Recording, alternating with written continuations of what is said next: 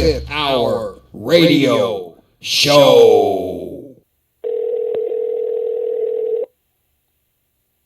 Hello. Benjamin, how you doing? I'm doing fine. How you doing? I'm doing great. Thanks for bearing with us for the last couple of days. We had a few setbacks, but now we're good to go. Okay. Glad to have you on the show. Well, thank you, sir. Benjamin, you know how I start off the show. You've heard the show, and you've got us a few guests on here.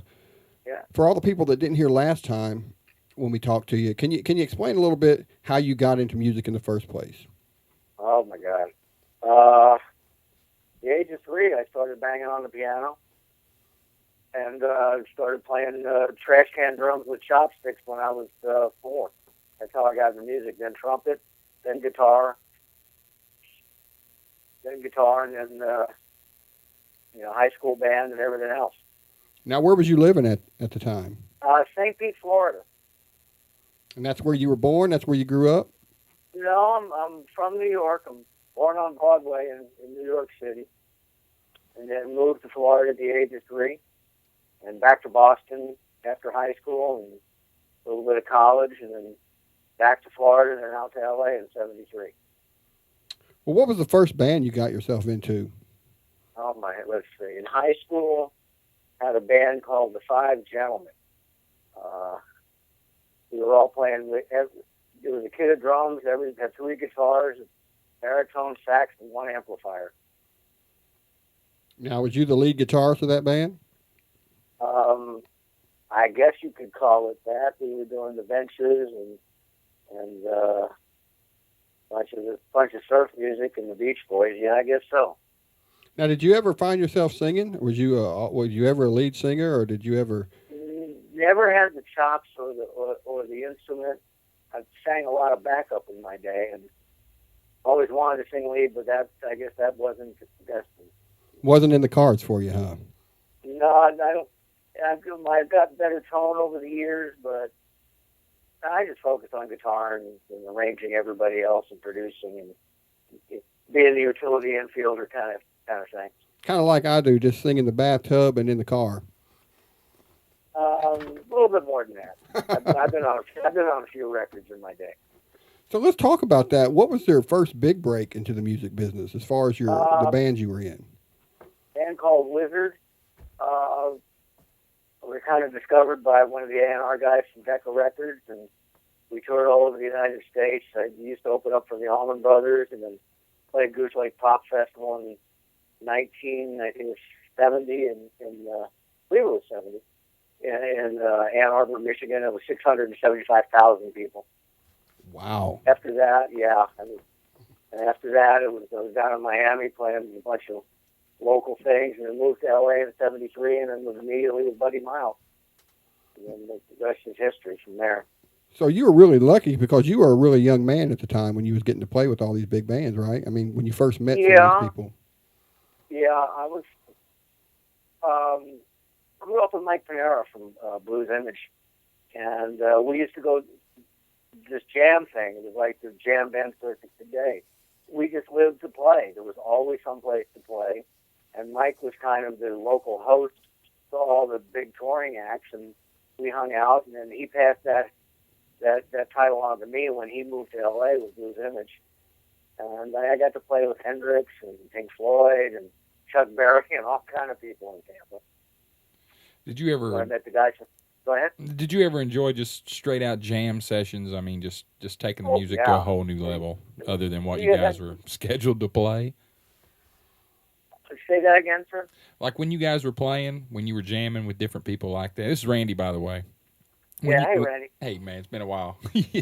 When you guys were jamming on stage with, whoever, all these legendary icons, yourself included, when you were up there jamming out, did you guys just get carried away with the music and just let it take off into somewhere completely different than where it originally started?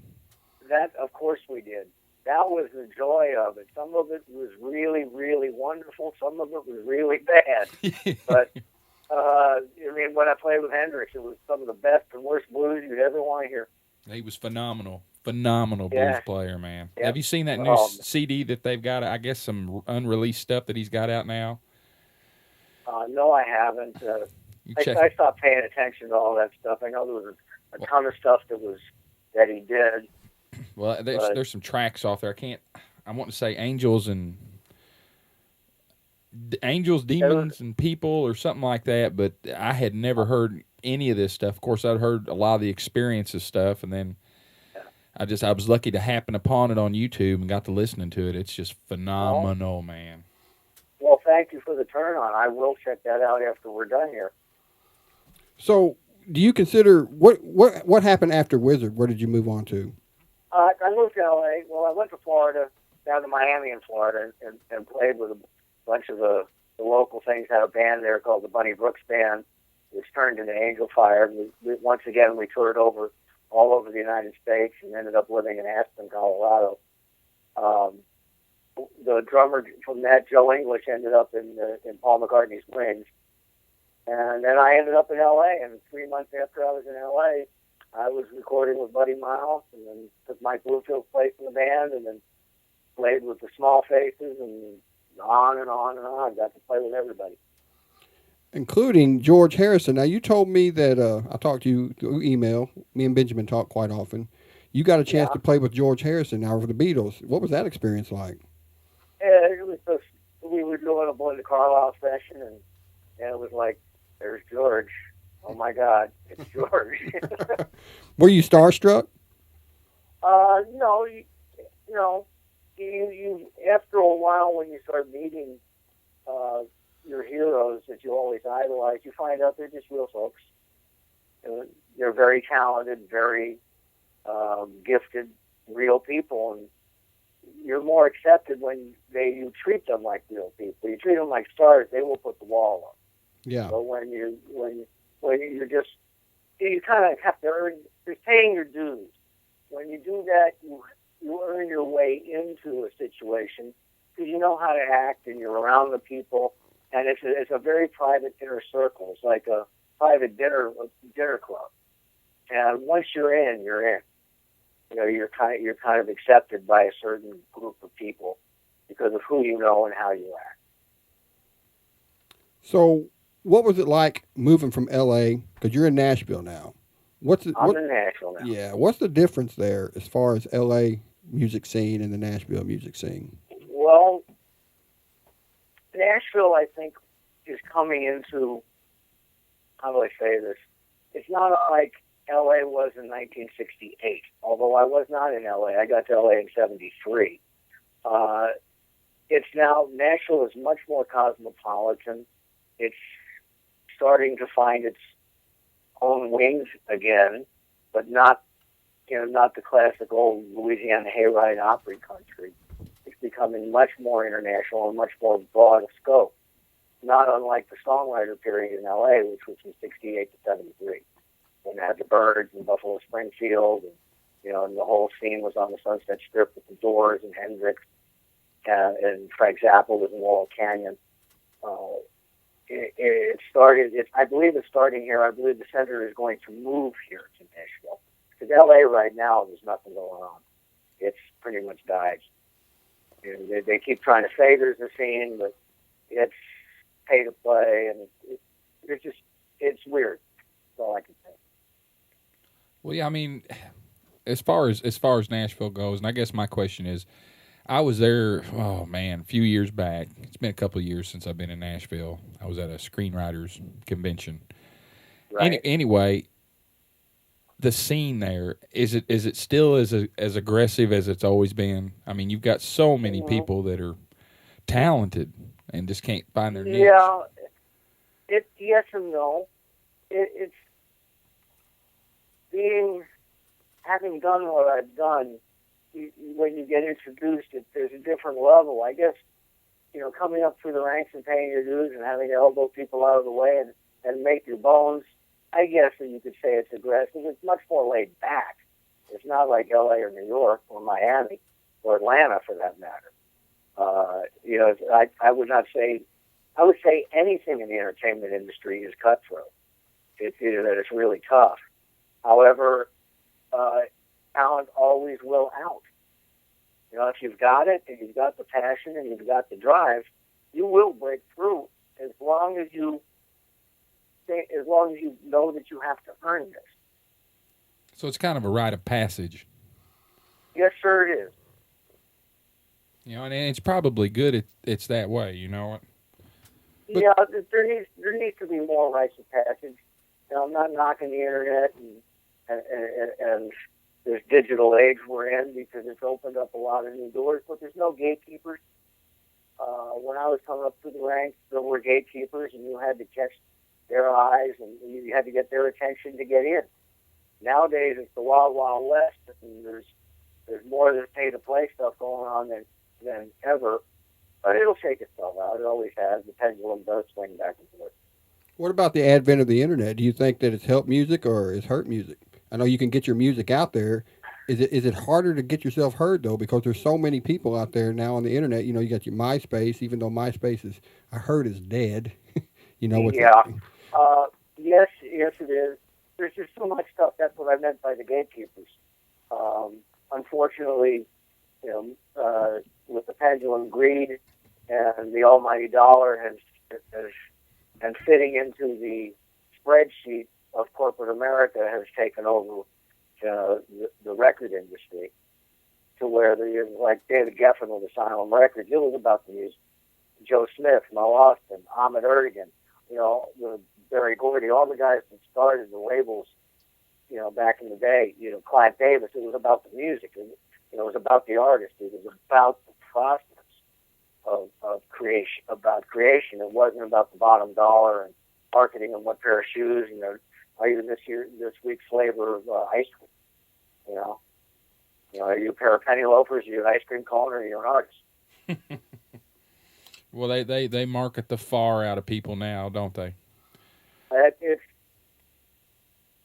just beyond talent, because you know, I know there's great talent out there. I hear it every once in a while, but it's become a cookie cutter. If there's one that breaks through, well, let's have 10 more just like it. Oh yeah, you can hear that on the radio. They wear you out with it. You know, it just burns the market. You know, there's only so much saturation. An album, making a right turn here. It used to be making an album was a journey. You put the needle down on a piece of vinyl, or when CDs first came out, the way we sequenced it, the way we wrote the record, it took you on a trip. Nowadays, then back in the late 80s, early 90s, they started front-loading the records with the 4 singles, and then the rest was filler. And now it's like you put out an album, people just want to buy one track because that's all that's any good on it. Right. But I'm seeing the swing back. I'm hoping that, you know, there's time for the pendulum to come back. You remember, now, I don't want to put you on the spot. Do you remember that show they had on a while back? It was called Country Star or something like that. It was out of Nashville. Nope. Well, they had like Sorry to say. Well, that's all right. I mean, I don't think it lasted very long. I don't know. It might still be on. I don't watch TV a whole lot. I'm pitiful. But anyway, they had it was like the country version of American Idol.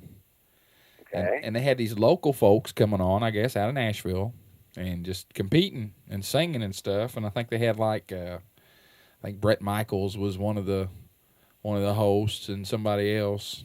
But anyway, these people would perform, and you would see amazing talent, just unique sounds, and they would always gravitate towards the person that sounded like somebody.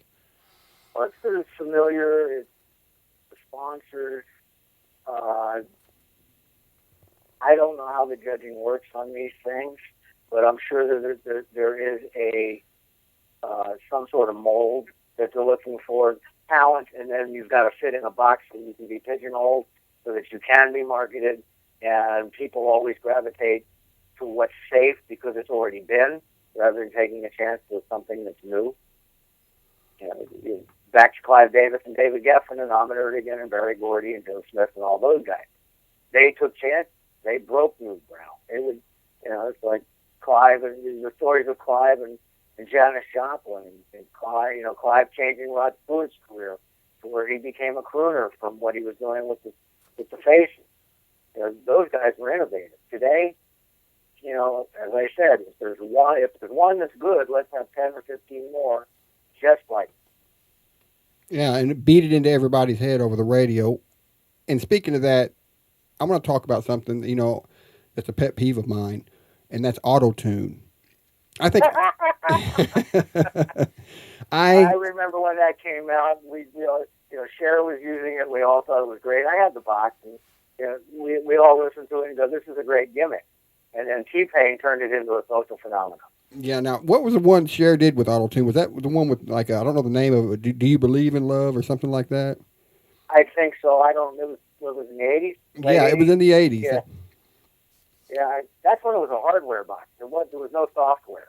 I mean, we were still, computer recording was still in its infancy. It's got its moments, but when you wear it out, it's just I think I like the days of the old analog. You know what I mean? I'm with you there. Of course. I like to hear a singer if they're singing live. I don't want to see no lip syncing because I'll turn it. I don't care who's singing. I don't care if I love the artist. If I know they're lip syncing, I'll turn it.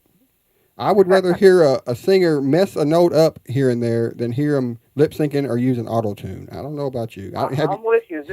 Pardon me for interrupting. Part of the joy of the live process was that you were on a tight wire. It wasn't always the same. It wasn't verbatim note for note of the record. Even if you tried to replicate the record, it was live. Things like you listen to Aerosmith. There was always that excitement of something new could happen. Nowadays, the live concerts, staying within they use auto-tune live. They play the track. They try to replicate the record. There's just all this stuff going on that takes away from the true bands being bands or artists being artists and having a backup group. It's sad that everything's manufactured and regurgitated. Yeah, it's got to the point where it's not really about the music; it's about the show. A lot of the live concerts is becoming like reality TV, the video, this, and that's why the rave and the EDM has come along because it's about the scene. People go to be involved, and it's about the participation, which is what a live band used to take you to those moments. You wanted to see Hendrix or Cream or Phil Collins or James Taylor. There were moments when the audience became one, and that's what that's what the dance music's doing today. Is the audience goes there to become one, and that's the goal of any entertainer is to have everybody be of one mind. We used to call it hitting the note. Mm-hmm. When you hit that note, everybody's in that place at the same time. Yeah, nowadays you won't have to worry about hitting the note. You know what I mean? They got a computer. Well, technically, yeah, but I'm talking about emotionally. Everybody is feeling the same thing from the emotion coming off the stage. Everybody becomes one. We're all all the drops of the ocean become a big puddle. All right. I just remember the days of growing up watching bands. You'd watch 4 or 5 guys that were a team. They're comrades, and they always looked at each other to know when their cue was to do their thing. Now body language. Yeah, you watch these alternative people come out to sing, and it's like, okay, they probably don't even know this band that they're with, and could probably care less about them, and they'll have a new band the next night, and that takes away from the enjoyment of the show. Well, I think we're saying the same thing. The enjoyment of the show is when everybody in the band becomes one, and then that translates and carries over to the audience, the audience experience. Sure, man. I watched a YouTube clip of I think it was Vanilla Fudge on Jimmy Fallon. Yeah, dude, that rocked. I mean, these guys are older. I mean, they're older. Okay. They come out, and Jimmy Fallon's, all right, Vanilla Fudge. And these guys get out, and this guy's playing this. I want to say it's a Hammond, but he's doing his thing, and all of a sudden they bust into Set Me Free. And you're like, holy crap. Yeah, keep me hanging on. I saw them do that. Yeah, that was awesome. Yeah. I've had the honor of working with Timmy and Carmine and Mark Stein from the Fudge. So, yeah, I know them. I did Carmine solo albums. Timmy and I had a band together called Pipe Dream. Mm. So I've had, they're some of my favorite musicians on the planet. I have a personal opinion. I think music is gravitating more towards the sound of the 80s again. Maybe even earlier. maybe, but I'm a child of the '80s. Okay, well, then that's your reference. There you go. There you go. So I'm going to use the '80s, but I think I'm starting to hear more of an '80s sound coming out again. I don't know if it's everything's coming. Everything comes full circle always.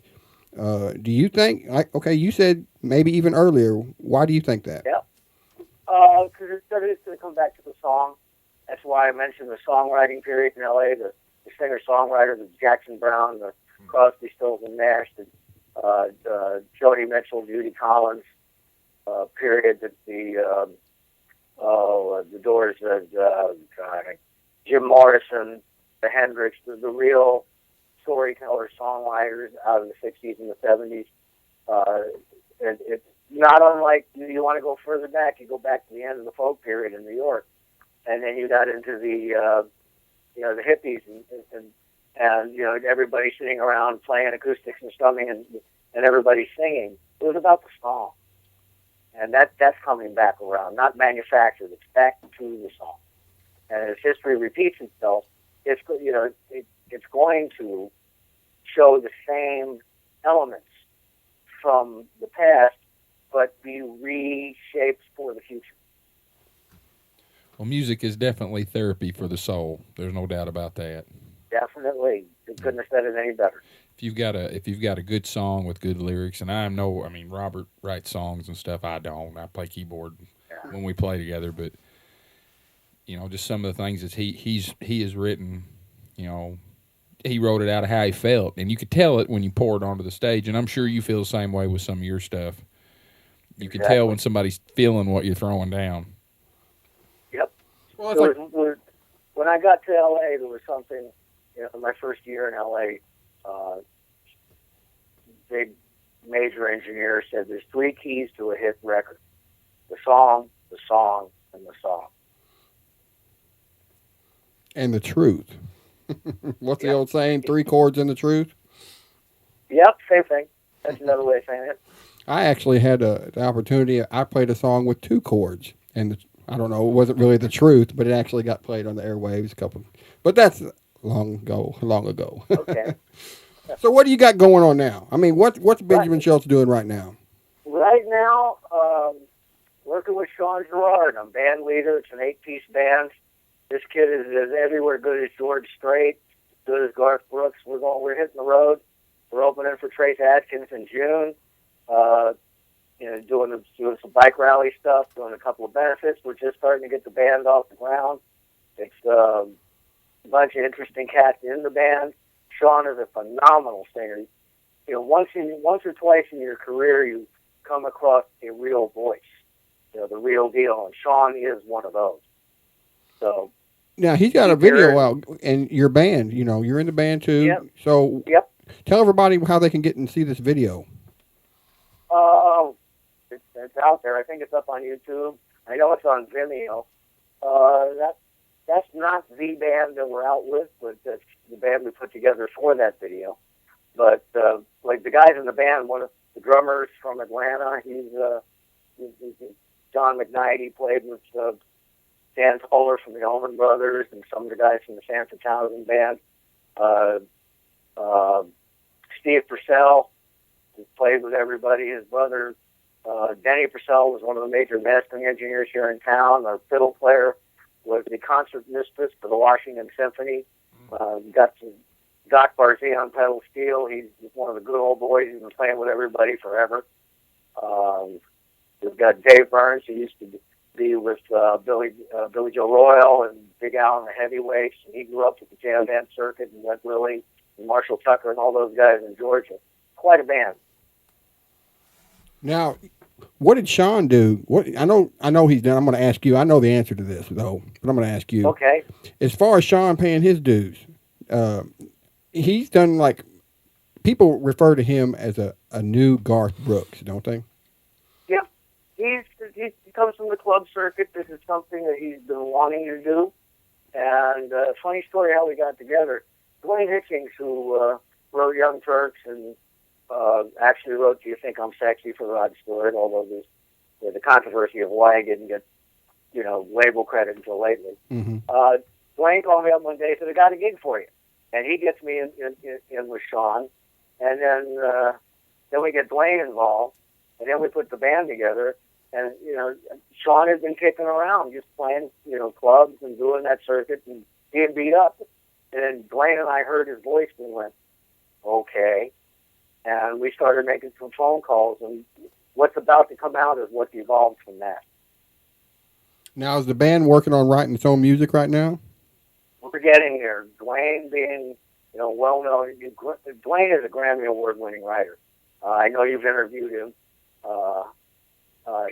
He's on the phone. We're starting to write original stuff. We're starting out doing we're being billed right now as the ultimate Garth Brooks tribute. We have major management, Jay Hooker from Hook Entertainment. We've got major booking agencies. This thing is just starting to bubble under. Yeah, Dwayne, I think he should be a Grammy Award-winning wild man. I love Dwayne. I love his stuff. Dwayne? Yeah. I've known him for years. He's actually, Dwayne is the one who introduced me to Buddy Miles. That's how I ended up with Buddy, thanks to Dwayne. So when are you guys going to go out on tour? We've got a benefit next month in Iowa, in Fort Madison, Iowa. They're trying to route us in and out. We're opening for Trace Adkins. I think it's June 15th. Somewhere in New Hampshire. I don't even know the town. That's a great gig. Yeah, that's a great gig there. Yeah, I was doing 90 minutes in front of a 2-hour Trace Adkins show. That's an honor. I heard we beat out 97 other bands to get the slot. Wow. So like I said, this thing is bubbling under. So how is Jake? What's his role with you guys? Jake's the manager. Jake manages Sean. What's the role of a manager? Oh gosh. Technically, to keep us out of trouble. You gotta put your ankle bracelets on. Make sure you're not too far away from the gig, and you're not staying out too late. No. Are you guys trashing motel rooms?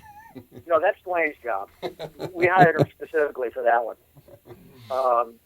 No, a manager is supposed to be the voice of sanity coming out of the insanity of the artist. He's the one that buffers us from the world and also interfaces our creative stuff into the world. So whose job is it to actually find gigs for you guys? Do you do that yourselves? There are relationships that we've made over the years. It's the booking agent. There's a manager. There's a booking agent. There's the record producer. There's the songwriters. There's the PR guys. There's the tour manager. There's different. It is a machine. When the thing really starts to roll, you must have the machine because if you try to do it as a musician yourself, there's not enough hours in the day, and you can't focus on being the musician and the artist you need to be to entertain, to get you to that spot we were talking about a few minutes ago. Do you mind if I go off into left field for a second? Sure. You're a martial artist. You've trained under Grandmaster Frank Dukes. How do you incorporate stuff like that, your training and stuff that you've mastered, I guess, over these years, or trying to master, into playing music? Is there something that helps you out? Is there a correlation there? Yes. Oh, yes. It's the discipline. It's the being aware. I'll interject something. I am now studying with Shijo Lonnie Gray, who was the 1989 Koshu Wing Chun Kung Fu champion, and Shijo David Gao. I'm studying Shaolin Ing Wing Chun. I'm a black sash there, so I studied under Hanshi Dukes, and now I'm studying Kung Fu. So the sensitivity, they call it, in Chinese they call it listening. In Japanese, they call it harage, which means stomach spirit. The way you feel things, you can sense things in nature. You find energy trails. You find the path. They talk about that a lot in spiritual things and in martial arts and in martial sciences. You find your way by training to be receptive and responding without thinking. You take the mind out of it, you shut the mind down, and you respond from your inner energy, your giri or your chi or your fajing, whatever language you wish to put this in. That's how you respond, and that's how it translates into music. You need your mind. You need your mind to learn the technical end of anything you do. But the way you become a master at it is you have learned to make the skills second nature within you. They become part of you, and that is what I've learned from doing the ninjutsu with Hanshi Duke and learning what they call, like I said in Chinese, the listening skills that you get from Kung Fu and Wing Chun. What about you? Have you ever thought about teaching yourself? I mean, being a teacher. I have been. I used to teach for Hanshi Duke. I used to run the school. Okay. In North Hollywood. Music is where my passion is, and I'm doing some teaching here. You learn by teaching, so we're always teachers. It's when somebody asks you, how do you do something? As an interviewer, you're passing on your skills by giving advice. You're a teacher. That's part of our duty. It's they call it Dharma in Hindi or Punjabi. I'm not sure which language Dharma comes from, but there's one of the Indian languages. And that's your duty, to do the right thing at the right time by example. Not by words, but by example. And so we're all teachers on that level. So what about Legends and Legacies magazine you got going on? I want to plug that for you. You're taking me all over the map. Hey, I'm scatterbrained right now. I've been running around like a chicken with his head cut off here the last 2 hours. Well, bring it over. We'll sew it back on. Legends and Legacies magazine started with Gordon Ricusa, who you've had on the show, and he made me. All of a sudden, I found out I was the music director for that, and I've never been in journalism, but it was one of those things that became a duty because Gordon was the black belt under Hanshi Duke that it gave me my test and was one of my instructors and teachers and good friends in the ninjutsu style and goju-ryu and the five bird system, which he started. So he drugged me into this thing. And then I got the harebrained scheme after doing the first interview with you guys is to come up with something called 2 Degrees about the extended family that we create of the people we meet across our life's journeys. And, Rob was saying anybody you want to recommend to have interviews. Well, I've been saying to you people, we're going to transcribe that. I'm going to talk to them some more, and then this is becoming an extended family, like what we're doing now, because of the people we're meeting because of our interaction. And I'm having a great time doing it. Thank you. I'm enjoying this immensely. It's reconnected me with a lot of folks, and it's introducing me to new folks. And now I just got to get my journalism chops, up to par so I can do the magazine side of it. Well, it's the challenge that I love. You know what I mean? Like you said, you've never been a journalist before, but it's a new step for you. It's another challenge. And if I know you correctly, you like a challenge. Yeah. Definitely. I'm red light consciousness, man. And I call that from the studio. We noodle around, we fool around, but when they hit the record button, we go to work. Okay, before we run out of time, I got to make sure that we get your Reverb Nation page out there, any social media and stuff like that you got. Can you plug that for us? Okay, sure. It's reverbnation.com/Benjamin Schultz, BenjaminSchultz, one word. Facebook is Kokoro Benjamin, Kokoro Benjamin, and also Kokoro Inc., Kokoroinc. Now, if you want me to spell that again, or you guys can post that on YouTube, I'd be glad to. Hey, whatever you guys want to do. They'll get it and they'll rewind it. Okay. Benjamin. Kokoro is the Japanese word for blade hard. It's where ninja comes from. It means that your skills are sharpened, are honed as sharp as a samurai sword. You know when to cut and when not. That's where that comes from. Well, Benjamin, thank you so much for being on our show again. And I'm enjoying this, and thank you for participating. And I'll keep sending you people, and this thing will keep going. Oh man, I consider you a good friend. I know we don't talk a lot live, but you know what? You know what's really strange? I'm not a big phone person. I got a talk show, but I don't really like to talk on the phone that much. Is that weird? No, it's because that's what you do for a living. It's like if you worked at a pizza place, you probably hate pizza. Well, it's like people say, I practice, I write, I do songs with, do I want to talk music all the time? No, that's what I do. It's always in me, and I'm always hearing it. But do I go out and pursue somebody, unless there's a challenge or something in it? I'm backing myself. I'm painting myself in a corner here, aren't I?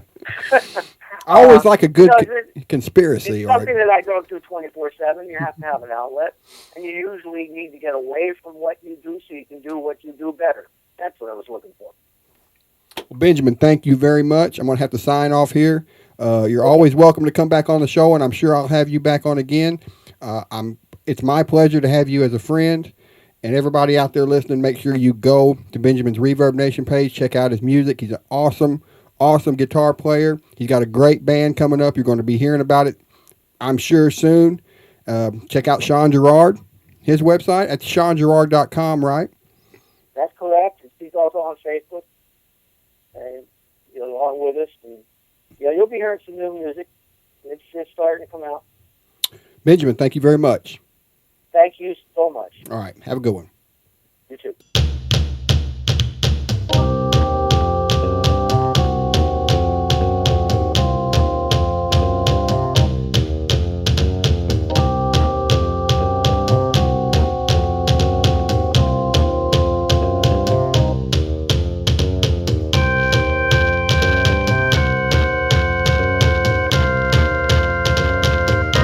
The 25th Hour Radio Show.